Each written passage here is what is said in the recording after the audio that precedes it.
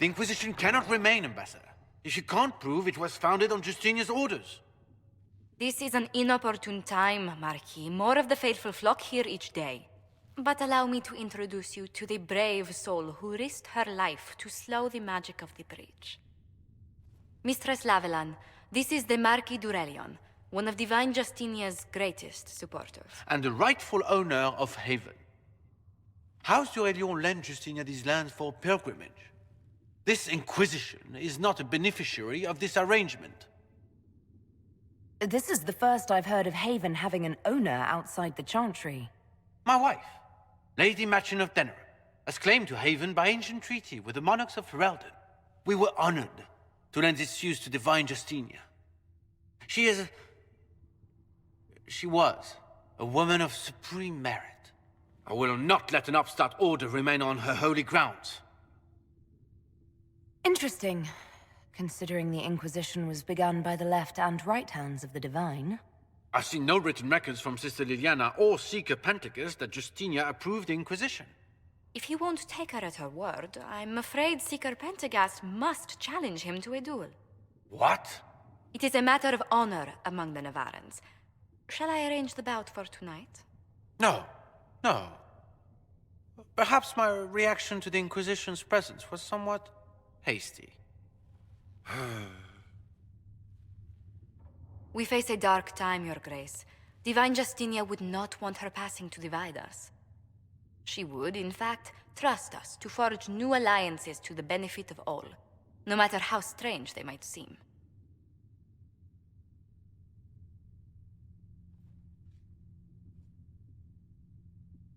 I'll think on it, Lady Montilyet. The Inquisition might stay in the meanwhile.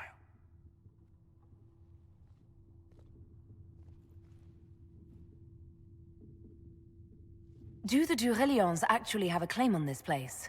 His Grace's position is not so strong as he presents it. Despite their Ferelden relations, the d'Aurelions are Orlesian. If the Marquis wishes to claim Haven, Empress Selene must negotiate with the Ferelden on his behalf. Her current concerns are a bit larger than minor property disputes. I apologize for the intrusion. I didn't realize you were meeting with the Marquis. You did little harm. In truth, the debate was most beneficial as practice for those to come. You expect more people in Haven? Undoubtedly. And each visitor will spread the story of the Inquisition after they depart. An ambassador should ensure the tale is as complimentary as possible. May I ask, what brought you to work for the Inquisition? Sister Liliana approached me. We've been acquainted for quite some time. For better or worse, being the Inquisition's diplomat has become as interesting as she promised. What sort of dealings have you had with nobility? For some years, I was the royally appointed court ambassador from Antiva to Orlais. The nobility of Thedas is a rather singular sphere. Those I'm not acquainted with, I know through reputation. The Inquisition is lucky to have you as an advocate, Lady Montilyet. Thank you. Let us hope so.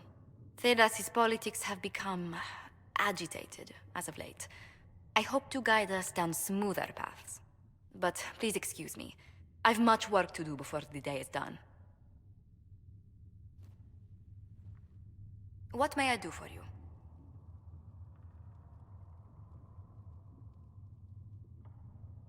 What business are the Montilyets in exactly? We began as merchants. My ancestors founded the first trade routes to Rivain. We once sent entire fleets across the Waking Sea. But not anymore. No. These days, our vessels are a touch more modest. What did you do before coming here? I had the great honor of serving Antiva's crown as ambassador to Orlais. I'm also first in line to become the head of House Montilyet, though my siblings attend to our mercantile affairs. How strong are your past loyalties? I would never have given up my position if I did not intend to fully commit to the Inquisition. We cannot fall back on borders. Antiva is as threatened as any country by the rebellions. If anything, the alliances I forged there may help our current cause. Do you think the Inquisition will continue after we seal the breach? If we prove ourselves by healing the breach, people may turn to us for other things. Protection, counsel, justice. The Inquisition offered these once to those in need. Tell me, do you believe I was saved by Andraste at the Temple of Sacred Ashes?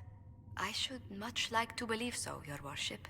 The miracles Andraste performed were so long ago, they're difficult to picture.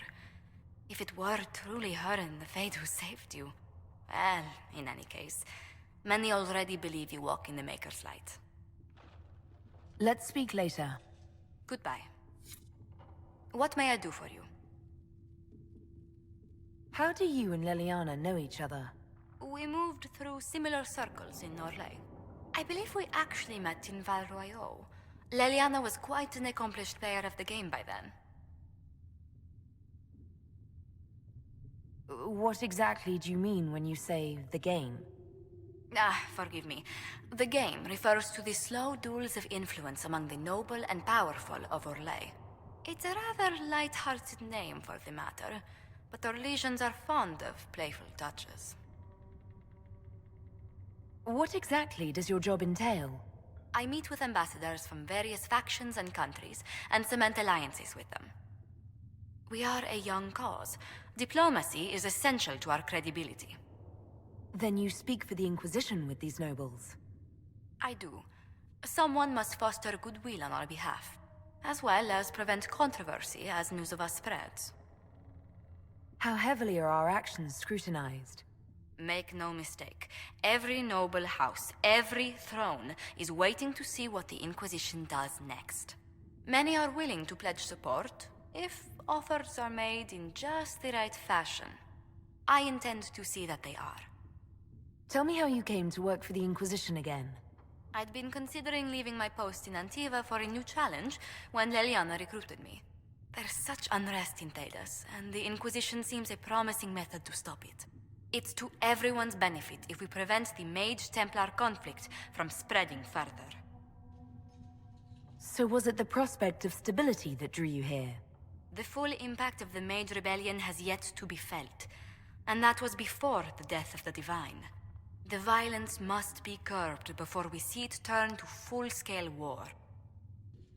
I can only imagine the bloodshed if it escalates further. I'm afraid history holds many examples of what will happen if it does. You're the Herald. Or, well, the one they're calling the Herald, anyway. It's odd to see them accepting a mage as their hero. Especially a Dalish elf. One look at your face and it's clear you were never part of a circle. My name is Maeve. I research demons and other creatures. Seeker Pentagast and I use what I find to help the soldiers fight them. I found something the demons left behind. Can you use it? Yes, that's very helpful. Just leave it there and the Tranquil and I will examine it. Hello? Can I help you with something? You said you were a mage? No, just an apprentice. Circle mages must prove themselves in a ritual called the Harrowing. I was never very good at magic. I've got just enough talent to be a danger to other people. But when the mages rebelled, people like me had nowhere to go. The Templars would have killed us. Luckily, Seeker Pentagast took me in, along with the Tranquil I was protecting. I'm surprised that even an apprentice mage wouldn't join the rebellion. I don't like using magic to fight. I'm not good at it either. I liked studying. I liked performing rituals that helped us unlock the secrets of the Veil. I liked having the Templars around to keep us safe. You might have done well among the Dalish. Our mages are encouraged to study safely. Fenrir will take the Dalish. Don't let my lack of Valisleen fool you, Lethleen. I was a proud member of my clan until my magic manifested. You know what happens when they have too many mages. They gave me a pack and sent me into the woods to find my own life. I was 7 years old. I'm so sorry. I stumbled into a village, starving and cold a few weeks later. I started using magic to scare predators away. The villagers saw me make fire in my fist. They were terrified and wanted to kill me. Templars saved me from them. They gave me food and clothes and took me to the Circle. I've seen what life is like without the Templars, and I want no part of it. I just want to study. You said that you were keeping some of the Tranquil safe. Yes. The mages took some of them when my circle rebelled, but the rest were forgotten. Most circle mages look down on the Tranquil, or try to pretend they don't exist. They don't have any emotions. They can barely take care of themselves, can't defend themselves at all. It's a shame. I like them better than most people. I'm glad they have someone who cares about them. They deserve better. They're polite, they're rational, and they'll never get angry at you. When they study, they have a focus no normal person could ever match. But the Templars, even some of the mages, mistreated them just because they could. The Tranquil never fought back. If not for that, I don't know. Doesn't really matter now. You said Cassandra has you researching creatures. Yes. If you find anything interesting in your travels, I'd appreciate you bringing it to me. I may be able to find some weakness our soldiers can exploit when fighting various creatures. At the least, some materials are useful for making potions or gear for the Inquisition. Why did you decide to research dangerous creatures? I like the outdoors. The idea of the outdoors, anyway. When some monster is coming at you, glowing eyes and burning claws, it's terrifying. But once you know how it works, you can deal with it. It's just another part of the world. So much of this world is only frightening because we don't understand it. I'll speak with you later. Travel safely.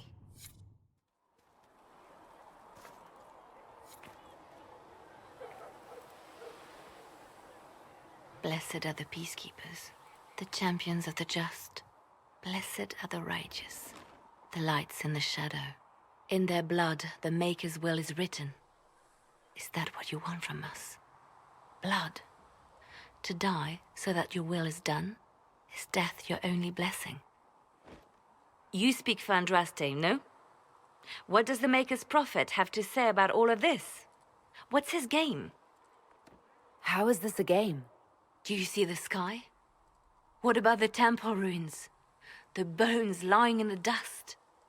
Even if you didn't support the Divine's peace, you wouldn't call this right. Who could? So many innocent lives. The faithful murdered where the holiest of holies once stood. If the Maker willed this, what is it if not a game or a cruel joke? I speak for no one but myself, and I have no answers for you. You probably don't even worship the Maker. Lucky. He asks a lot. The Chantry teaches that the Maker abandoned us. He demands repentance for our sins. He demands it all. Our lives, our deaths. Justinia gave him everything she had, and he let her die. I'm sorry. Her death has clearly hit you hard. Not just me. All of us. She was the Divine. She led the faithful. She was their heart. If the Maker doesn't intervene to save the best of his servants, what good is he? I used to believe I was chosen, just as some say you are. I thought I was fulfilling his purpose for me, working with the Divine, helping people. But now she's dead. It was all for nothing. Serving the Maker meant nothing. Maybe you have another purpose. I could help you find it. No, this is my burden. I regret that I even let you see me like this. It was a moment of weakness. It won't happen again. Come. To work, then. We will speak later.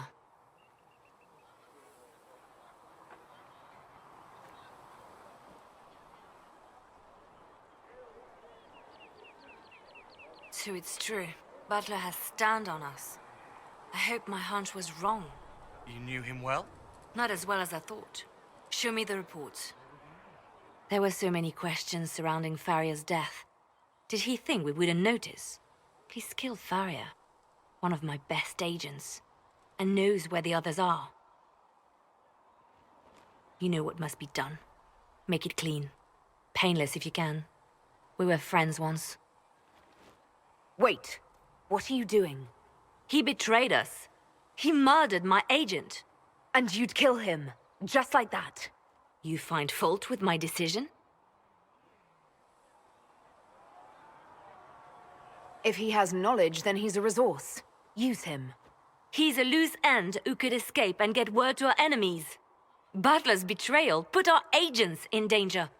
I condemned one man to save dozens. I may not like what I do, but it must be done. I cannot afford the luxury of ideals at a time like this. Now is precisely the time for ideals. You feel very strongly about this. Very well. I will think of another way to deal with this man. Apprehend Butler, but see that he lives. Now, if you're happy, I have more work to do.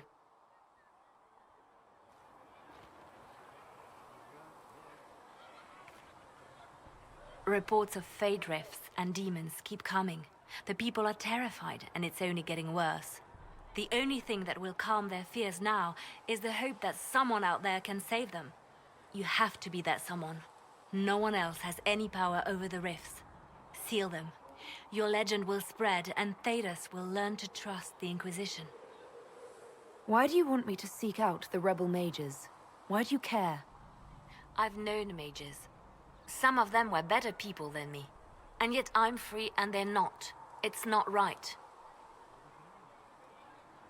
Let's talk about you. Me? Bards tell tales. I bet you tell some good ones. There are plenty of tales in the library.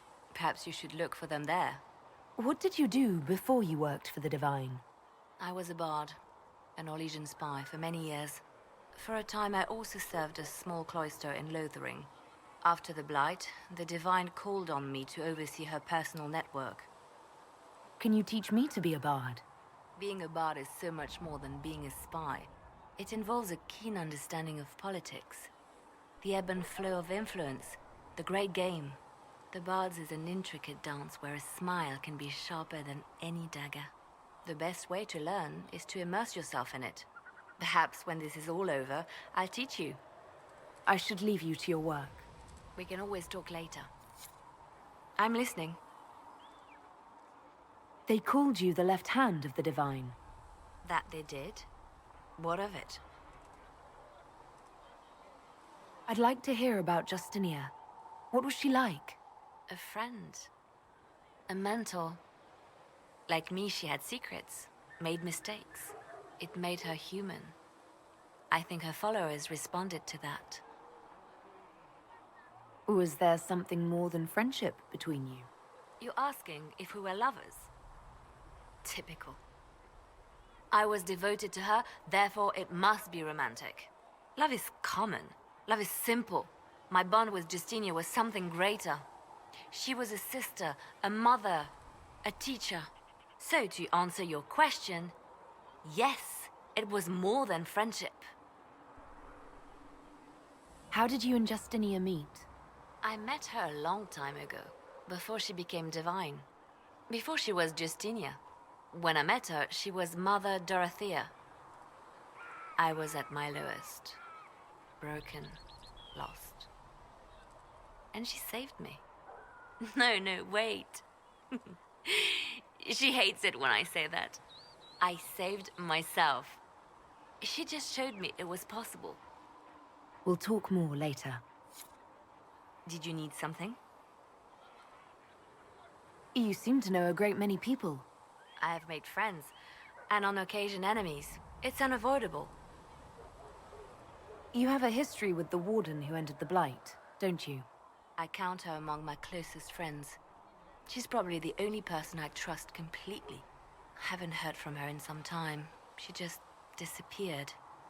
I try not to think about what might have happened. They say you spent some time in Lothering. Did you know the champion? We spoke a few times. I seldom left the Chantry, and we never became more than casual acquaintances. I saw more of the Hog twins. Bethany in particular. She would spend time in meditation at the Chantry, and she seemed to like my stories. The other one, the young man, he was a little surly. I did encounter the champion again later in Kirkwall. Those were terrible times. Was this when the Chantry was destroyed? No, that happened later. But even then, the news coming out of Kirkwall was disheartening. There were some in Val Rayeau who wanted the Divine to declare an exalted march on Kirkwall. Justina sent me there to see if that could be avoided, to gather evidence to calm those agitating for war. I guess it didn't matter in the end. We can continue this conversation later. You know where I am. Did you need something? They called you the left hand of... That they did. What of it? What exactly does the left hand of the Divine do? A divine always has enemies, and Justinia had more than most. I protected her. I watched, had an ear to every door. I identified threats, and I dealt with them. Why did Justinia have so many enemies? There were many who felt she was unfit to be divine. She had a past, a worldly life. And like many, she wasn't given to the Chantry as a child. She chose it, and somehow that made her unworthy. And because they thought she was unworthy, they wished her harm. You still haven't told me what you did, exactly. I handled difficult situations that couldn't be resolved through more delicate means. What is the point of an Inquisition? Justinia would have started the Inquisition if the Divine Conclave failed to restore peace. She hoped that with enough support, we could challenge the very tenets of the Chantry. She wanted the Chantry to treat the mages fairly. But sometimes I wonder, why stop at mages? The Chantry has committed many injustices. If we're going to change it, why not change the whole thing? It's just a thought. None of this will be possible if we fail. I'm sorry she didn't live to see the Inquisition. So am I. I could use the left hand of the Divine at my side out there. Every agent out in the world is my eyes, my ears, my blade. Wherever my people are, I am also. Coming with you, leaving my post, would blind and bound me. Do you see? We'll talk more later.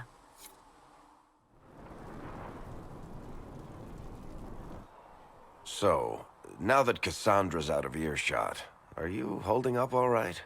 I mean, you go from being the most wanted criminal in Thedas to joining the armies of the faithful.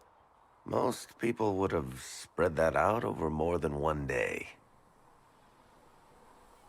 I have no idea what's happening anymore. That makes two of us. For days now, we've been staring at the breach, watching demons and Maker knows what fall out of it. Bad for morale would be an understatement. I still can't believe anyone was in there and lived. If it was that bad, why did you stay? Cassandra said you were free to go. I like to think I'm as selfish and irresponsible as the next guy, but this... Thousands of people died on that mountain. I was almost one of them. And now there's a hole in the sky. Even I can't walk away and just leave that to sort itself out. I'm still not sure I believe any of this is really happening. If this is all just the Maker winding us up, I hope there's a damn good punchline coming. You might want to consider running at the first opportunity. I've written enough tragedies to recognize where this is going. Heroes are everywhere. I've seen that. But the hole in the sky... that's beyond heroes. We're going to need a miracle. Need something? Can I ask you something, Varric? You want to talk about me? I'm flattered. Also inclined toward extravagant lies. Are you from Ferelden? Orlais? Free marches, born and raised in Kirkwall. And despite whatever you've heard, no, Kirkwall's not that bad.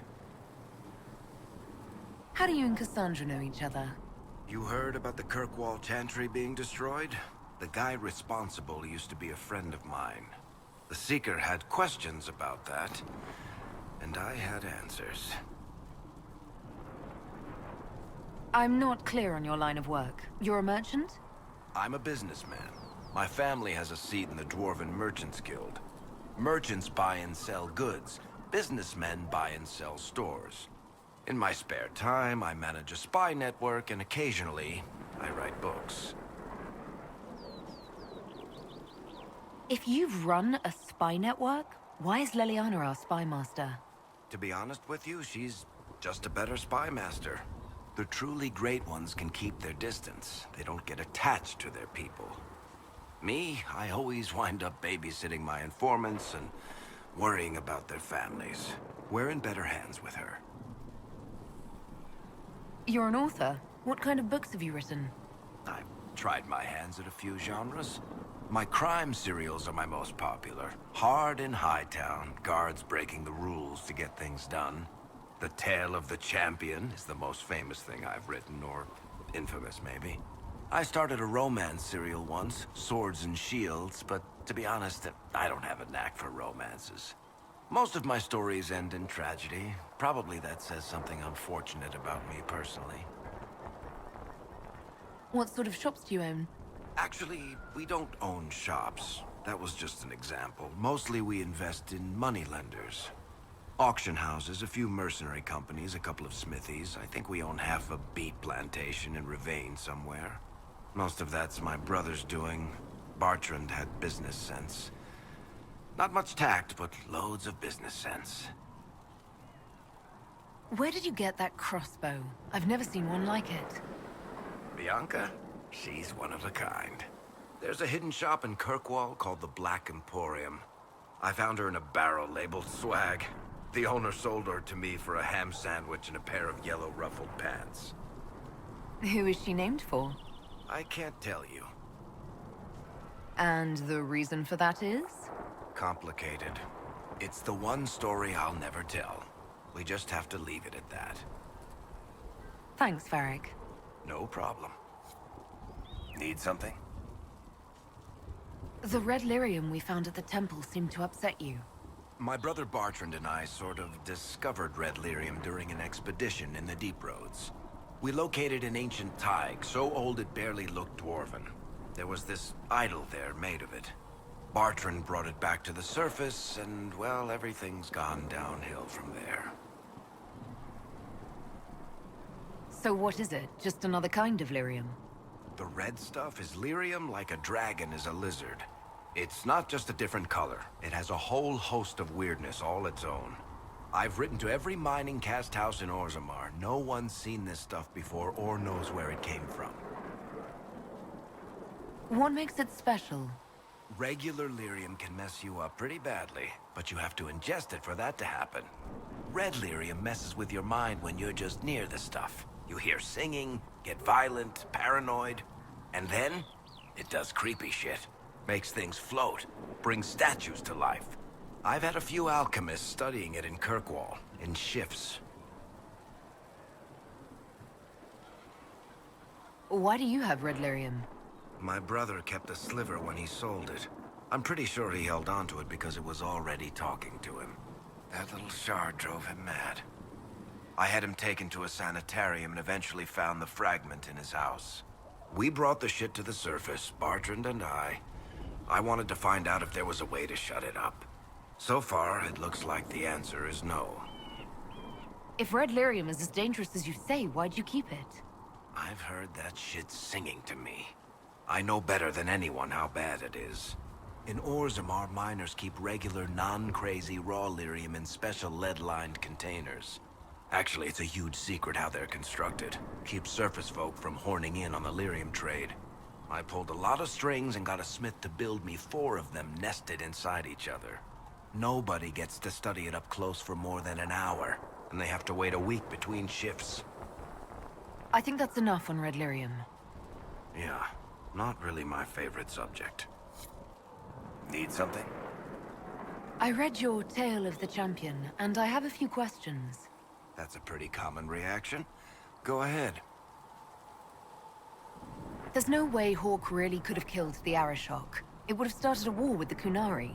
I was told later that the Kunari disavowed his actions. Apparently the Arashok didn't get permission before he attacked Kirkwall, and the Qun didn't want another exalted march. When they finally sent a ship to haul the wrecked dreadnought away, they just said, "We will never speak of this again." As far as I can tell, that's the Qun's version of an apology. Where are the rest of Hawk's associates now? Meryl decided to look after the elves left homeless by the fighting. She's done a pretty good job of keeping them away from the mages and Templars, so far. I guess she has plenty of practice avoiding stupid human battles with her old Dalish clan. Fenris has kept himself busy, hunting down the Tevinter slavers who came south to prey on the refugees. I'm not sure exactly where he is at the moment. You can usually follow the trail of corpses, though. Isabella went back to the raiders. She's calling herself an admiral now. I don't know if she's actually in charge or just has a really big hat. Might be the same thing, honestly. Sebastian went back to Starkhaven. I'm sure he's boring all sorts of people there. Hawk's little brother was off on some warden business near the Anderfell's border last I knew. Aveline is still guard captain. I'm pretty sure Kirkwall would fall into the sea if she quit her job.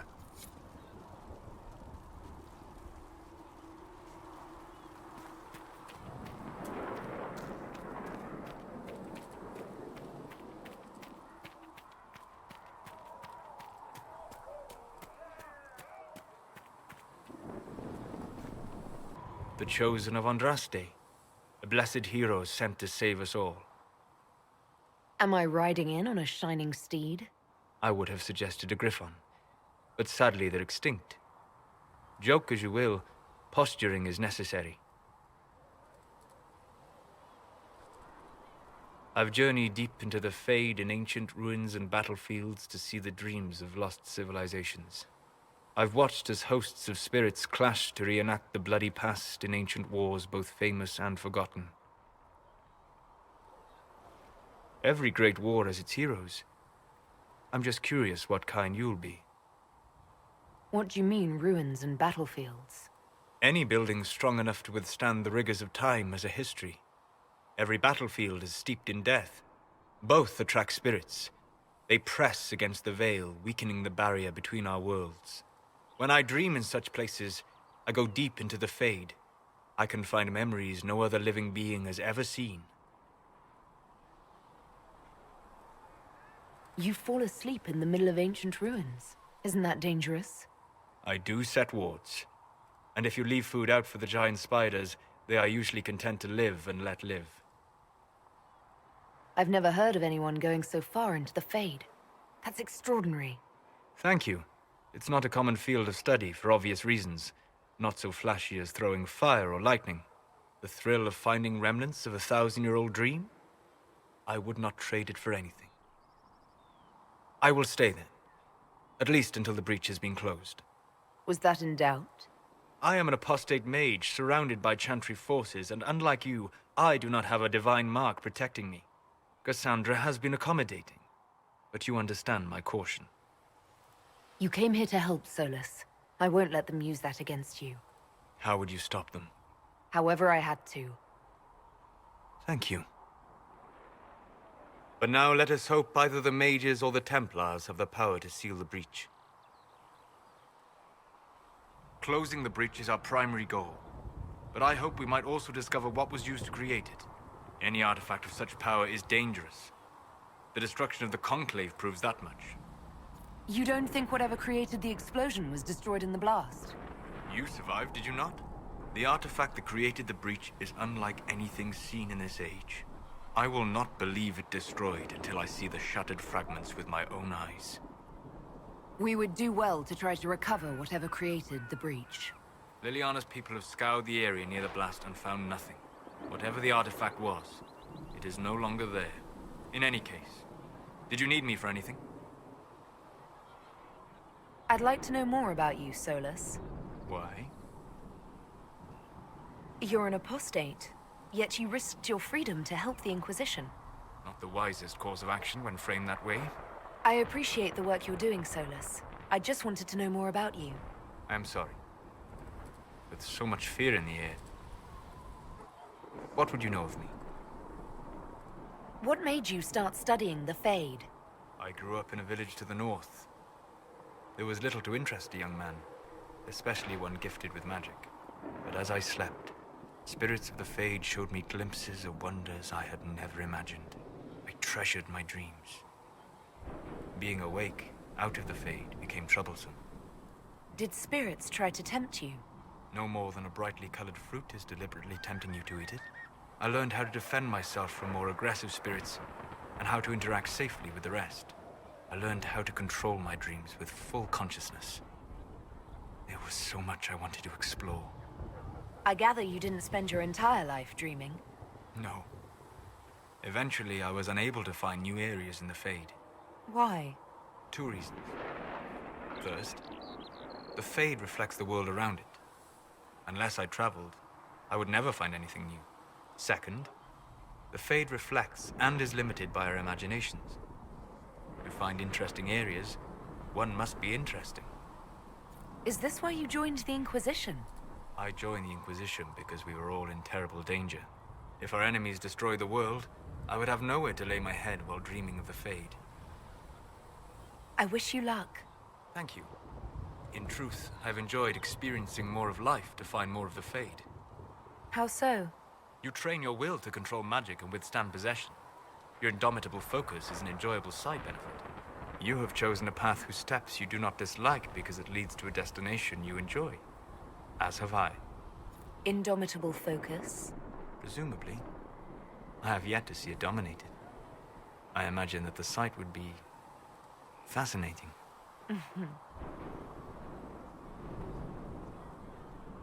You said you'd traveled to many different places. This world, or its memory, is reflected in the Fade. Dream in ancient ruins, and you may see a city lost to history. Some of my fondest memories were found in crumbling cities, long picked dry by treasure seekers, the best of the battlefields. Spirits press so tightly on the veil that you can slip across with but a thought. Any place in particular? I dreamt at Ostagar. I witnessed the brutality of the Darkspawn and the valor of the Ferelden warriors. I saw Alistair and the hero Ferelden light the signal fire, and Logain's infamous betrayal of Kaelin's forces. I've heard the stories. It would be interesting to hear what it was really like. That's just it. In the Fade, I see reflections created by spirits who react to the emotions of the warriors. One moment, I see heroic wardens lighting the fire, and a power-mad villain sneering as he lets King Kaelin fall. The next, I see an army overwhelmed and a veteran commander refusing to let more soldiers die in a lost cause. And you can't tell which is real? It is the Fade. They are all real. Have you always traveled and studied alone? Not at all. I have built many lasting friendships. Spirits of wisdom, possessed of ancient knowledge, happy to share what they had seen. Spirits of purpose helped me search. Even wisps, curious and playful, would point out treasures I might have missed. I don't know of any spirits by those names. They rarely seek this world. When they do, their natures do not often survive exposure to the people they encounter. Wisdom and purpose are too easily twisted to pride and desire. You're saying that you became friends with Pride and Desire demons? They were not demons for me. Meaning? The Fade reflects the minds of the living. If you expect a spirit of wisdom to be a pride demon, it will adapt. And if your mind is free of corrupting influences, if you understand the nature of the spirit, they can be fast friends. I'm impressed that you could become friends with spirits. Anyone who can dream has the potential. Few ever try. My friends comforted me in grief and shared my joy. Yet, because they exist without form, as we understand it, the Chantry declares that spirits are not truly people. Is Cassandra defined by her cheekbones and not her faith? Varric by his chest hair and not his wit? You have an interesting way of looking at the world, Solus. I try. And that isn't quite an answer. I look forward to helping you make new friends. That should be... well... That isn't quite an answer either. We'll talk later. Goodbye. Hello. What do you know about the Fade? A great deal from my wanderings. There are few hard facts, but I can share what I have learned. I'd like to know more about the Breach. Simply put, it is a tear in the veil between this world and the Fade, allowing spirits to enter the world physically. Small tears occur naturally when magic weakens the veil, or when spirits cluster at an area that has seen many deaths. But your mark allows you to exert some control over the Breach. That means it was created deliberately. I'd like to know more about the Veil. Circle mages call it a barrier between this world and the Fade, but according to my studies in ancient elven lore, that is a vast oversimplification. Without it, imagine if spirits entered freely. The Fade was not a place one went, but a state of nature like the wind. It sounds like it would be wonderful. And dangerous. But yes, a world where imagination defines reality. Where spirits are as common as trees or grass. Instead, spirits are strange and fearful. And the Fade is a terrifying world touched only by mages and dreamers. I am glad that I'm not alone in seeing the beauty of such a world, along with the obvious peril. I'd like to know more about demons. Your Dalish say the demons hate the natural world, and seek to bring their chaos and destruction to the living. But such simplistic labels misconstrue their motivations, and in so doing, do all a great disservice. Spirits wish to join the living, and a demon is that wish gone wrong. Is there a way to coexist? To live with them? If not in peace, at least without such active confrontation. Not in the world we know today. The veil creates a barrier that makes true understanding most unlikely. But the question is a good one, and it matters that you thought to ask. We'll talk later. Goodbye. Hello. I'd be interested in hearing your opinions on elven culture. I thought you would be more interested in sharing your opinions of elven culture. You are Dalish, are you not? What's your problem with the Dalish? Allergic to Halla? They are children acting out stories misheard and repeated wrongly 1,000 times. Oh, but you know the truth, right? While they pass on stories, mangling details, I walk the Fade. I have seen things they have not. Irabellis, Haren. If the Dalish have done you a disservice, I would make that right. What course would you set for them that is better than what they know now? You are right, of course. The fault is mine, for expecting what the Dalish could never truly accomplish. Irabalas, Dalin. If I can offer any understanding, you have but to ask. Are all Dalish elves like my clan? No.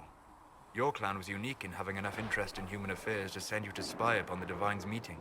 As your clans have been separate for so long, they have all changed, adapting to the lands in which they live.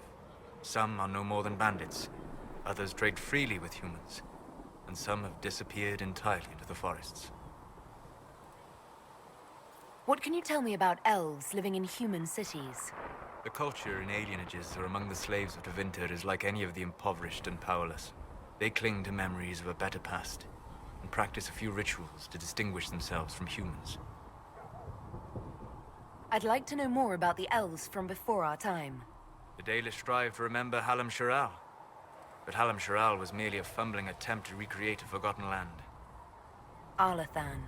Elvanan was the empire, and Arlathan its greatest city. Place of magic and beauty, lost to time. You've studied ancient elves. What else do you know of Arlathan? We hear stories of them living in trees, and imagine wooden ramps or Dalish Erebels. Imagine instead spires of crystal twining through the branches, palaces floating among the clouds. Imagine beings who lived forever, for whom magic was as natural as breathing. That is what was lost. Is the magic they teach in the Circle different from the magic I learned with my people? No and yes. Magic is magic, just as water is water, but it can be used in different ways. Dalish magic is more practical, not needing chantry approval, although they still frown on blood magic. Superstition. Much of it is more subtle. A legacy from when elves were immortal. The legends of elven immortality. Did they use magic to increase their lifespan? No. It was simply part of being elven. The subtle beauty of their magic was the effect, not the cause of their nature. Some spells took years to cast. Echoes would linger for centuries, harmonizing with new magic in an unending symphony. It must have been beautiful. You said that the censure against blood magic was a superstition. I did. It's fortunate Cassandra is not within earshot. Most modern cultures forbid blood magic. Publicly, even Tevinter disapproves of it. But as I said, magic is magic. It matters only in how it is used. To be honest, I don't see it as different from any other magic. It's a means to an end. Indeed. The problem is that under the Chantry, blood magic is forbidden, so only criminals practice it. While in Tevinter, magisters compete with each other, instead of keeping their volatile friends in check. They always succeed through power, so they have never had the chance to learn another way. We'll talk later. Goodbye.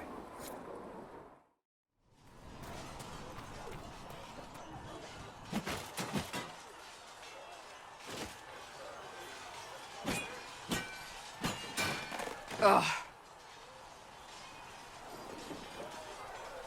think you need practice dummies made of sturdier stuff.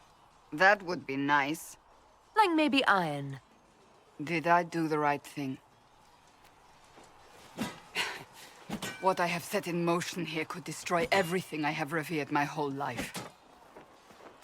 One day they may write about me as a traitor, a madwoman, a fool, and they may be right. What does your faith tell you? I believe you are innocent. I believe more is going on here than we can see. And I believe no one else cares to do anything about it. They will stand in the fire and complain that it is hot. But is this the Maker's will? I can only guess. What's going to happen now? Now, we deal with the Chantry's panic over you before they do even more harm. Then we close the breach. We are the only ones who can. After that, we find out who is responsible for this chaos, and we end them. And if there are consequences to be paid for what I have done, I pay them. I only pray the price is not too high. You didn't have any choice. Didn't I?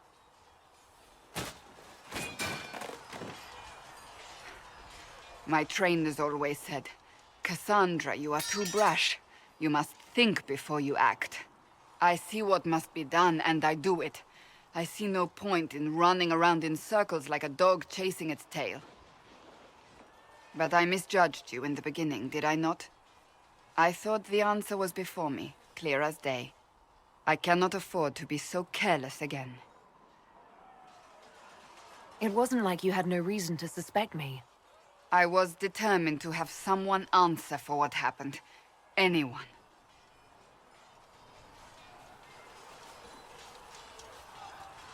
You've said you believe you're chosen. Does that mean you believe in the Maker? I can't really say. I suppose it doesn't matter now. I have to believe we were put on this path for a reason, even if you do not. Now it simply remains to see where it leads us.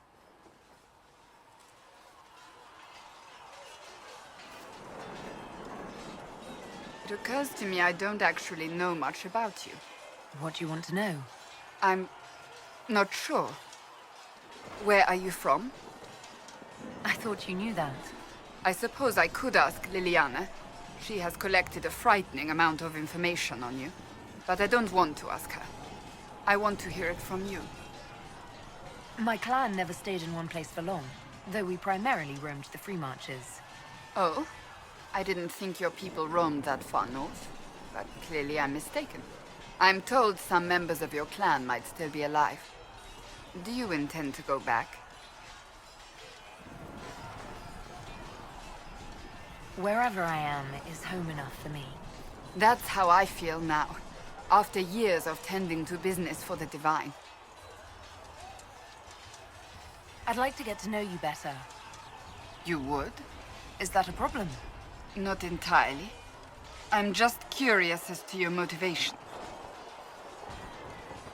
No motivation, beyond making things between us less...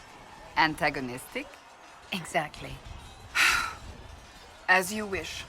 My name is Cassandra Pentecost, daughter of the Royal House of Navarra, 78th in line for the Navarran throne. I joined the Seekers of Truth as a young woman, and was with the Order until they withdrew from the Chantry. I remained as the Divine's right hand, carrying out her order to form the Inquisition. And here we are. That's all there is to know, my lady. So you are the right hand to the Divine? To Divine Justinia, yes. And Divine Beatrix before her, in fact. The position is normally reserved for Templars of the Knights Divine, but my circumstances were unusual. Unusual how? You don't know the story? Thank the Maker. I will tell you if you wish, but it isn't as exciting as some drum it up to be. The short version is that I once saved the previous Divine's life. My reward was becoming her right hand. But what does a right hand do, exactly? What is your hand capable of? It gives, it takes, it beckons. It makes a fist. Liliana and I extended the Divine's reach beyond the Grand Cathedral. We went where she could not. After Beatrix, I was tired of the position and wanted to return to the Seekers. But Justinia convinced me to stay. Her vision for the future gave me hope. You thought she could really change things? Justinian knew the war was coming long before it began. She tried to avert it, but the forces arrayed against her were too strong. Sometimes you have to break a bone so it can be reset. That's where the Inquisition comes in. It was to be the answer. A means to preserve as well as an agent for change. I only wish she had lived to see it. So, what's the story about you becoming the right hand? Sweet Andraste, do you really want to hear that? It was, what, 18, 20 years ago? Some still discuss it like it happened yesterday. The tale gets bigger each time it's told. I barely recognize myself within it now. I'm sure you're just being modest. I was there. I think I know what happened. To hear others tell it, I alone saved Divine Beatrix from a horde of dragons sent to assault the Grand Cathedral. Rather impressive for such a young seeker, wouldn't you say? And the truth is? I stumbled upon a conspiracy to kill Beatrix. A Templar Knight Commander was at its heart. And there was a dragon battle at the Grand Cathedral. But I had help from loyal mages who rallied to the cause. They freed the dragons from magical control. Without them, the Divine and I would both have died. Yet I became the right hand, and they are forgotten. What happened to the mages that helped you? They went back to their circles, with rewards and privileges and Most Holy's gratitude. Many of them died at the Conclave. I think you're a hero, no matter how you downplay it. Fine. But it was 20 years ago. I will not rest upon my laurels. You're a member of Navarra's royal family. The Pentaghasts are a very large clan. Half of Cumberland could say the same. Really? No, but it feels that way. I have hundreds of relatives so distant they need charts to prove we're related at all. And they have them. Oh yes. The Pentaghasts value their precious blood like it runs with gold. So not on very good terms with your family, then? I do not visit, if that's what you mean. The Pentaghasts are famed for dragon hunting, but few actually pursue the craft. Most are fat and lazy. They pay lip service to the Maker and care only for idle pleasures and past glories. My brother was all that kept me in Navarra. Once he was gone, so was I. You don't seem to like your homeland much. My family polluted it for me. What little I saw of my homeland was through the bars of a gilded cage. My uncle treated me like a porcelain doll to be placed on a shelf and dusted only when necessary. Thus I did not see Navarra, the real Navarra, until much later. By then I realized I knew it not at all. Your uncle? What about your parents? They had the misfortune of taking the wrong side in the second attempt to overthrow King Marcus. The king executed them, but spared my brother and I since we were family, and children at the time. Thus we were raised by my uncle, a Mortalitasi who preferred the company of his corpses to the living. Your uncle was a Mortalitasi? A death mage. He still is. My countrymen do not burn the dead, they bury them in special crypts. The Mortalitasi supervise the crypts, like priests. Uncle Vestalis oversees the grand necropolis. Navarrans spend more time honoring dead relatives than they do with living ones. It is odd to be so fascinated with death and its trappings. I will never understand it. Tell me about your brother. I would prefer not to speak of Anthony. Another time, perhaps. I'll let you get back to work.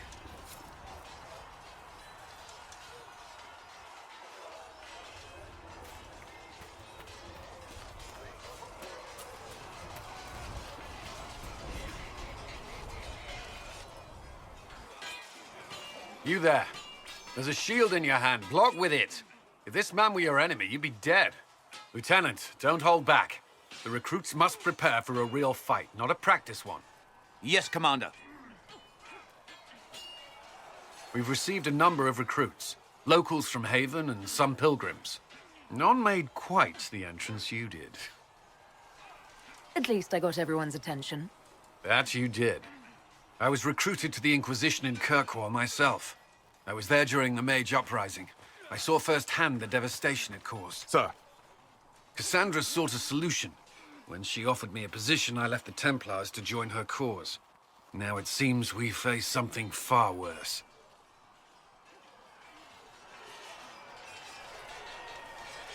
The Conclave destroyed a giant hole in the sky. Things aren't looking good. Which is why we're needed. The Chantry lost control of both Templars and Mages. Now they argue over a new divine while the breach remains. The Inquisition could act when the Chantry cannot. Our followers would be part of that. There's so much we can... Forgive me. I doubt you came here for a lecture.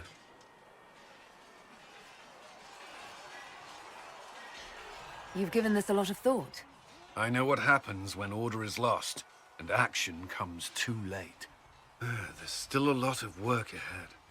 Commander, Sir Raiden has a report on our supply lines. As I was saying.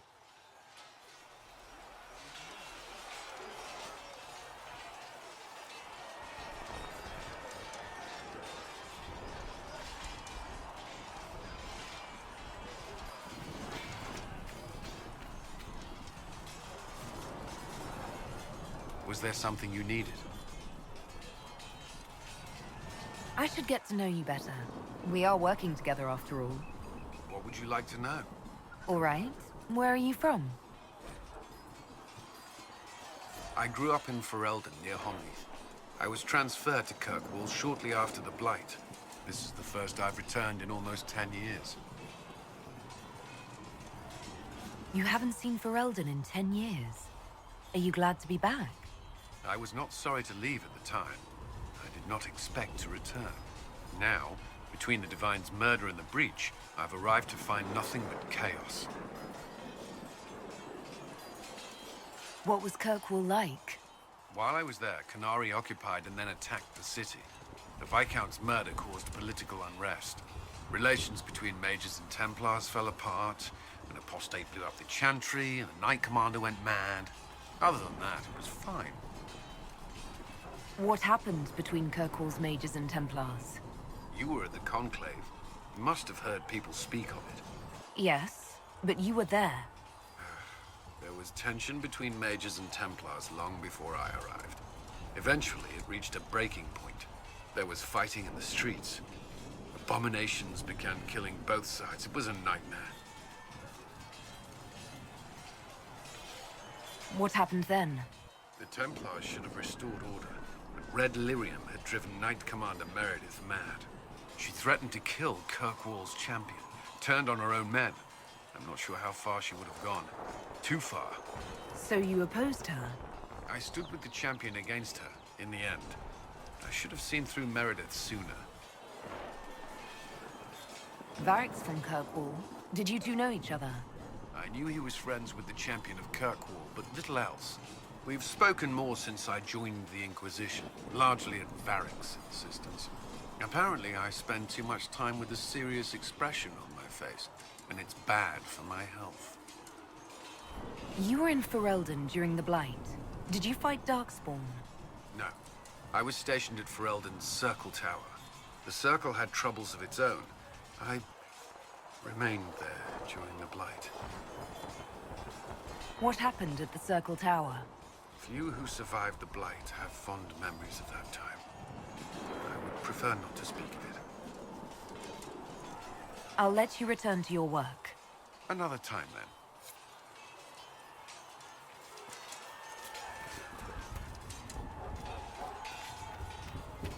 See reason, Lisette.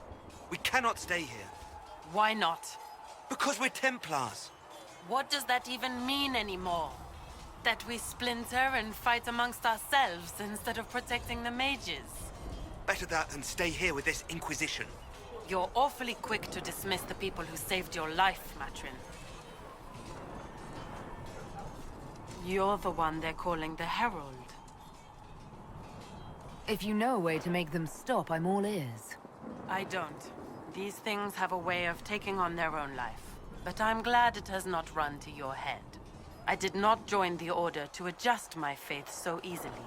But I appreciate what the Inquisition is trying to do, and your role in it. Though you may find not many Templars do.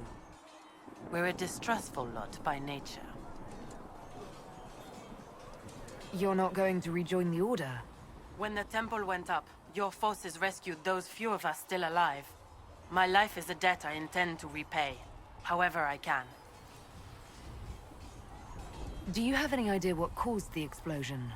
No, I'm just a recruit. Belief and faith doesn't get you closer to the important meetings. Though that distance did save my life. I'd like your take on the Templar Order. It's a shadow of what it was. Where once we both protected all people from the dangers of magic, we now posture and grab at power. One day, I hope the circles are again sanctuaries where mages can practice their craft. How did you come to be a Templar? It seemed the right thing to do. My family are tradesfolk in Denerim. I could have become a cobbler like my father, but this seemed better. It's a chance to uphold the Chantry's laws and help the mages through a troubled time.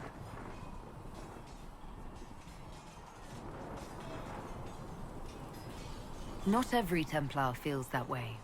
I know. Power can corrupt. It's a delicate balance. One person trying to do something can make a difference. You should keep that in mind, Harold. I will talk to you later. Walk in the Maker's grace.